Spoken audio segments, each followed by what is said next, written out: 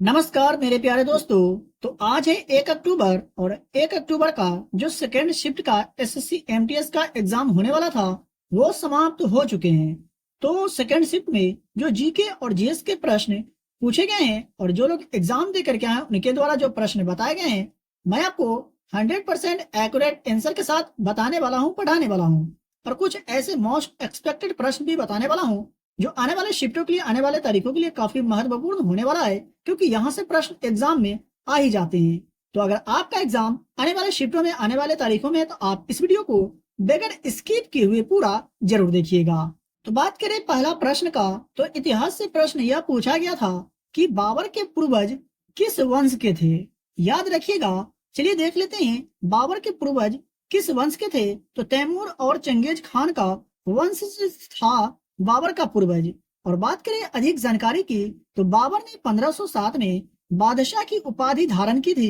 याद रखिएगा, आने वाले शिफ्टों में पूछा जा सकता है, एग्जाम में प्रश्न पूछ लिए जाते हैं कि बाबर ने बादशाह की उपाधि किस वर्ष धारण की थी।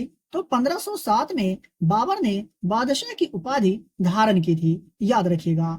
दूसरे पॉइंट की अगर बात करें, तो बाबर फरगना की गद्दी पर 8 जून 1494 ईस्वी में बैठा था। याद रखिएगा, क्योंकि एग्जाम में प्रश्न यहाँ से पूछ लिया जाता है। दूसरे प्रश्न की अगर बात करें, तो गोवा का लोक नृत्य से रिलेटेड प्रश्न पूछे गए थे। तो ऑप्शन के अनुसार आपको बताना था। तो मंडो की अगर बात करें, यह जो है गोवा राज्य का लोक नृत्य है। याद रखिएगा। कुछ एक्स्ट्रा हम लोग जानने की कोशिश करें जो आने वाले शिफ्टों के लिए महत्वपूर्ण होने वाला है। तो बात करें झूमर का, तो यह हरियाणा का लोक नृत्य है। याद रखिएगा। बात करें धीमसा का, तो ये आंध्र प्रदेश का लोक नृत्य है। और बात करें खू अलम का, तो ये मिजोरम राज्य का लोक नृत्य है। याद रखेंगे, यहाँ से प्रश्न एग्जाम में पूछा जा सकता है। और प्रीवियस ईयर प्रश्न से रिलेटेड प्रश्न ही पूछा जा रहा है एग्जाम में। तो आप लोग प्रीवियस ईयर प्रश्न को देख करके एग्जाम देने जाएंगे, क्योंकि काफी प्रश्न जो है इससे पहले जो एग्जाम हुए थे उनमें जो प्रश्न पूछे गए थे वही सभी प्रश्नों को घुमा करके पूछा जा रहा है। दूसरे प्रश्न की अगर बात करें, तो भारत से कौन सी रेखा नहीं गुजरती है।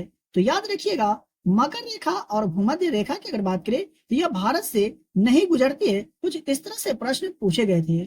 वहीं बात कर ले कर्क रेखा था, तो कर्क रेखा जो है भारत के 8 राज्यों से होकर के गुजरती है। ये भी आप याद रखेंगे, क्योंकि यहाँ से भी प्रश्न एग्जाम में काफी बार पूछ लिया गया है। मेरे प्यारे दोस्तों, वीडियो पसंद आ रहा हो तो वीडियो को लाइक करके, चैनल पर पहली बार आए तो चैनल को भी सब्सक्राइब करके बेल आइकन को प्रेस जरूर कर लीजिएगा। और इस वीडियो को अपने उन दोस्तों के साथ शेयर जरूर करें जिनका एग्जाम आने वाले शिफ्टों में है, आने वाले तारीखों में है। अगला प्रश्न राष्ट्रपति से संबंधित अनुच्छेद पूछे गए थे। तो चलिए हम लोग देख लेते हैं राष्ट्रपति से संबंधित सभी महत्वपूर्ण अनुच्छेद को जो एग्जाम में पूछ लिए जाते हैं। बात करें भारतीय संविधान के अनुच्छेद 52 का, तो इसमें क्या कहा गया है, चलिए देख लेते हैं। तो भारतीय संविधान के अनुच्छेद 52 में यह कहा गया है कि भारत का एक राष्ट्रपति होगा। तो आपसे प्रश्न पूछा जा सकता है कि भारतीय संविधान को कौन से अनुच्छेद में कहा गया है कि भारत का एक राष्ट्रपति होगा। तो भारतीय संविधान के अनुच्छेद 52 में। और भारत का प्रथम नागरिक कौन होते हैं, तो भारत के राष्ट्रपति। और तीनों सेनाओं के सेनापति कौन होते हैं, तो भारत के राष्ट्रपति। ये भी आप याद रखेंगे, क्योंकि एग्जाम में प्रश्न पूछ लिया जाता है। अनुच्छेद 56 की अगर बात करें, तो इसमें राष्ट्रपति के कार्यकाल का उल्लेख किया गया भारतीय संविधान के अनुच्छेद 56 में। बात कर ले भारतीय संविधान के अनुच्छेद 53 का, बात करें भारतीय संविधान के अनुच्छेद 53 का, तो इसमें संघ की कार्यपालिका शक्ति का उल्लेख किया गया है। और संघ की कार्यपालिका शक्ति किसमें निहित होती है, तो भारत के राष्ट्रपति में। ये भी आप याद रखेंगे। और एक ये प्रश्न काफी बार एग्जाम में पूछा जा चुका है कि कौन से अनुच्छेद के तहत जो है राष्ट्रपति पर महाभियोग लगाया जा सकता है, तो अनुच्छेद 61 के अंतर्गत। ये आप याद रखेंगे। अगले प्रश्न की अगर बात करें, तो ताजमहल से रिलेटेड प्रश्न पूछे गए थे कि ताजमहल का निर्माण किसके द्वारा किया गया था। तो ताजमहल का निर्माण की अगर बात करें, तो मुगल सम्राट शाहजहां ने अपनी पत्नी मुमताज महल की याद में करवाया था ताजमहल का निर्माण। और ताजमहल की अगर बात करें, तो ये कौन से राज्य में है, तो उत्तर प्रदेश। और उत्तर प्रदेश के कौन से शहर में, तो आगरा में। ये भी आप याद रखिएगा। कुछ और जानने की कोशिश करें हम लोग, तो ताजमहल के निर्माण में सफेद संगमरमर और लाल बलुआ पत्थरों का इस्तेमाल किया गया था। मेरे प्यारे दोस्तों, ये थे कुछ महत्वपूर्ण प्रश्न जो लोग एग्जाम देकर के आए हैं उनके द्वारा बताया गया था। जैसे कुछ और प्रश्न आएंगे मैं आपको जरूर बताऊंगा।